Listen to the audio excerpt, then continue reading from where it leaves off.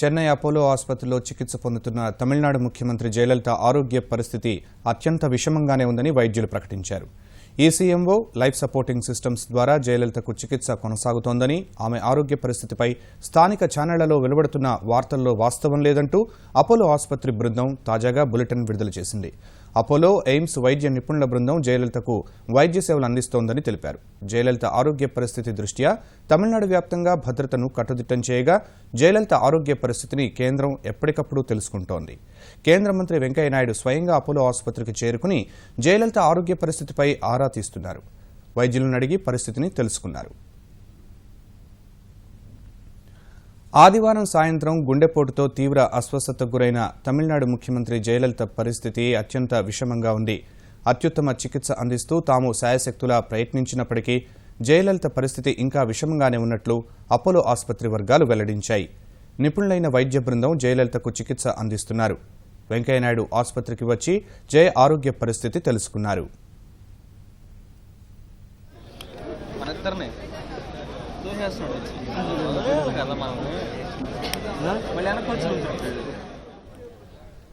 ECMO life supporting systems ద్వారా జయలలితకు చికిత్స కొనసాగుతున్నట్లు Apollo ఆసుపత్రి వర్గాలు వెల్లడించాయి.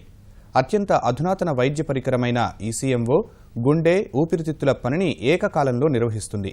శస్త్రచికిత్స చేసి జయలలితకు ఈసీఎంఓను అమర్చారు. ఎక్స్ట్రా కార్పోరియల్ మెంబ్రెయిన్ ఆక్సిజన్ను ఈసీఎంఓను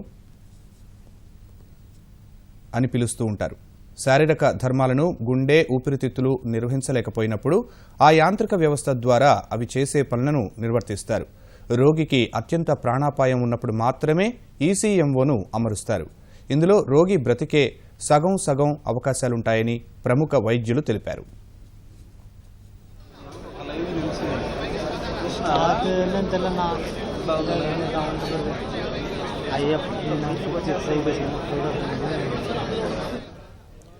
జయలలితకు వైద్య చికిత్స అందించేందుకు ఎయిమ్స్ నుంచి చెన్నైకి చేరుకున్న ప్రత్యేక వైద్య బృందం అపోలో వైద్యులతో కలిసి చికిత్స కొనసాగిస్తుండగా ఆమెకు చికిత్స అందించిన లండన్ వైద్యుడు రిచర్డ్ బేలేను అపోలో వైద్యులు నిరంతరం సంప్రదిస్తున్నారు. హృద్రోగ, శ్వాసకోశ నిపుణులు జయలలిత ఆరోగ్య పరిస్థితిని అనుక్షణం పర్యవేక్షిస్తున్నారు. సెప్టెంబర్ 22న జ్వరం, డిహైడ్రేషన్ సమస్యలతో అపోలో ఆసుపత్రిలో చేరిన జయలలిత కోలుకుంటున్న సమయంలో ఆమెకు గుండెపోటు వచ్చి తీవ్ర అస్వస్థతకు గురయ్యారు.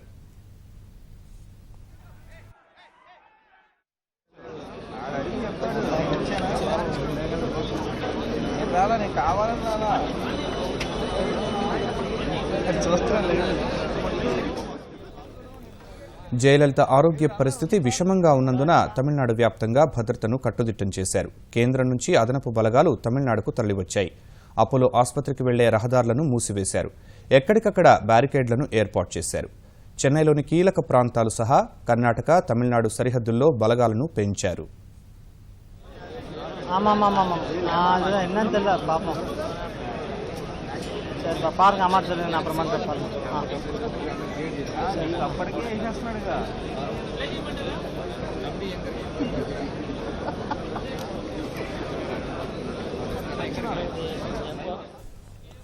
జయలలిత ఆరోగ్య పరిస్థితి విషమంగా ఉందని తెలుసుకున్న అన్నాడీఎంకే కార్యకర్తలు, నేతలు, అభిమానులు భారీ సంఖ్యలో చెన్నైలోని అపోలో ఆసుపత్రి వద్దకు చేరుకున్నారు. తమిళనాడులోని వివిధ ప్రాంతాల నుంచి అన్నాడీఎంకే ఎమ్మెల్యేలు, నేతలు చెన్నై తరలివస్తున్నారు. లోక్సభ సమావేశాల కోసం ఢిల్లీలో ఉన్న అన్నాడీఎంకే ఎంపీలు హుటాహుటిన చెన్నై చేరుకున్నారు. జయలలిత ఆరోగ్య పరిస్థితిని కేంద్రం ఎప్పటికప్పుడు తెలుసుకుంటోంది. చెన్నైలో ఉన్న తమిళనాడు గవర్నర్ విద్యాసాగర్ రావు కేంద్ర మంత్రులకు జయ ఆరోగ్యంపై సమాచారం అందించారు. అన్నాడీఎంకే మంత్రులు, ప్రభుత్వ ప్రధాన కార్యదర్శితో గవర్నర్ ఎప్పటికప్పుడు సంప్రదింపులు జరుపుతున్నారు.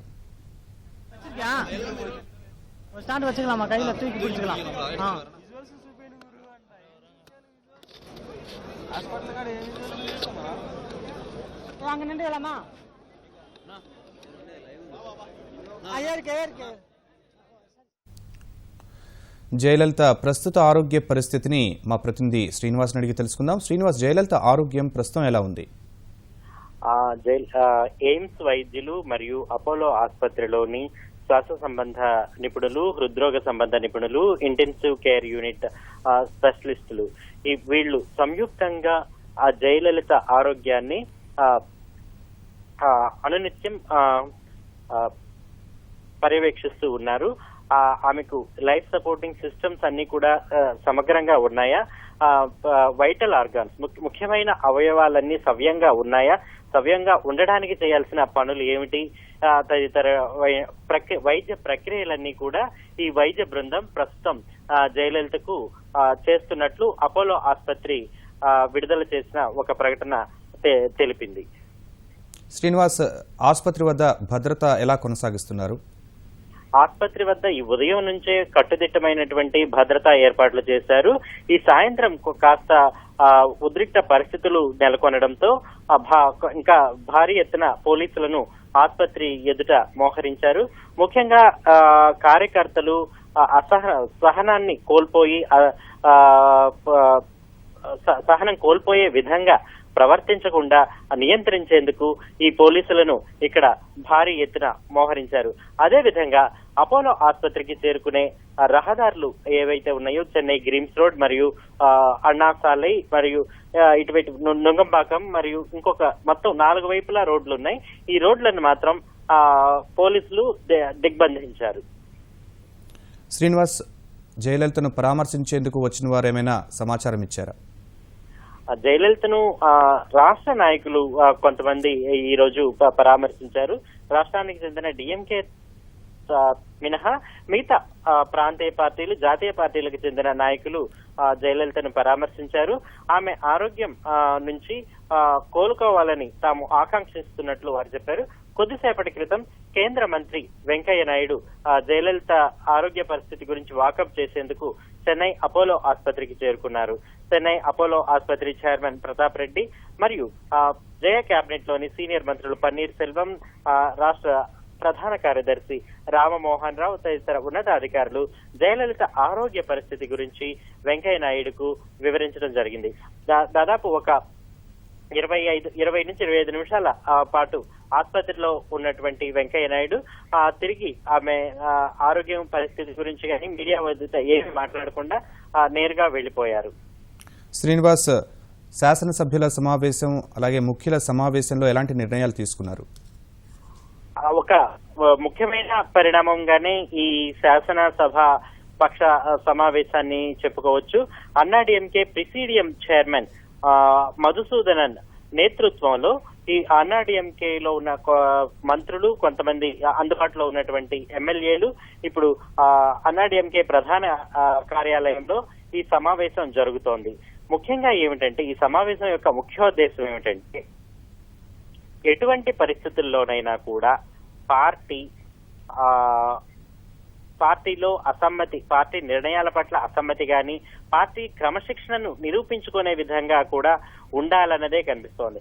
ఎటువంటి విపత్కర పరిస్థితుల్లో కూడా పార్టీ ఏకతాటిపై ఉండే విధంగా కూడా ఈ శాసనసభ్యులను సమాయత్తం చేసుకోవడం, పార్టీ సంయుక్తంగా ఒక నిర్ణయం తీసుకోవడం, అది శాసనసభ పక్ష నేత కానివ్వండి, మిగతా ఇంకా ఏ విధమైనటువంటి నిర్ణయం కానివ్వండి, శాసనసభ్యులు అందరూ కూడా ఒకే ఒక అభిప్రాయంతో ఏదైనా ఏకగ్రీవమైన తీర్మానం మీద అందరూ ఒక తీర్మానం మీద సంతకాలు చేసే విధంగా వారిని సమాయత్తం చేయడానికి జరుగుతున్నటువంటి ఒక సమావేశం. ఎందుకంటే గతంలో ఎంజీఆర్ మరణించినప్పుడు అన్నాడీఎంకే 2గా నిట్ట నిలువున చీలింది. అటువంటి పరిస్థితులు ప్రస్తుతం తలెత్తకుండా, ఎందుకంటే జయలలిత ఒక స్ట్రాంగ్ లీడర్, ఆవిడ దృఢమైనటువంటి ఒక నాయకురాలు. అంతేకాకుండా ఒక ద్వితీయ శ్రేణి నాయక గణాన్ని ఎవరిని కూడా ఆవిడ ప్రోత్సహించలేదు. ఆవిడంటే ఒక undisputed leader in the party. అటువంటి ఒక పరిస్థితుల్లో అందరికీ ఆమోదయోగ్యమైనటువంటి ఒక ఆమె ఇప్పుడు ప్రస్తుతం అంటే ఆమె ఆరోగ్య పరిస్థితుల రీత్యా ఒకవేళ కేంద్రం కానీ ఆవిడకి ప్రత్యామ్నాయంగా ఇంకొక నేతనెవరినైనా ఎన్నుకోమన్నట్ల ఒక పరిస్థితి కానీ తలెత్తినట్లయితే ఆ నిర్ణయం మాత్రం ఒక ఏకగ్రీవమైనటువంటి నిర్ణయంగా ఉండేందుకు జరుగుతున్న సమావేశంగా దీన్ని భావించవచ్చు. శ్రీనివాస్, ఇక్కడ మరో విషయం, ఆసుపత్రిలో ఉన్న ఇతర రోగులకు సంబంధించి భద్రతకు కావచ్చు, వారికి ఇచ్చే వైద్యానికి సంబంధించి ఆసుపత్రి ఎటువంటి నిర్ణయాలు తీసుకుంటోంది? ముఖ్యంగా ఆసుపత్రి పోలీసుల దిగ్బంధంలో ఉంది, అదే విధంగా కార్యకర్తల దిగ్బంధంలో ఉంది. ఇందువల్ల ఆసుపత్రికి వస్తున్నటువంటి రోగులు మరియు చికిత్స పొందుతున్నటువంటి రోగులు వారి సహాయకులు కొంతమందికి లోపలికి వెళ్ళడానికి కానీ, ఆ రోగులకు కావాల్సినటువంటి వస్తువులు ఏమైనా తీసుకురావడానికి కానీ వారికి ఉన్నటువంటి సహాయకులకి కాస్త ఇబ్బందికరమైనటువంటి పరిస్థితులు మాత్రం నెలకొన్నమాట వాస్తవం.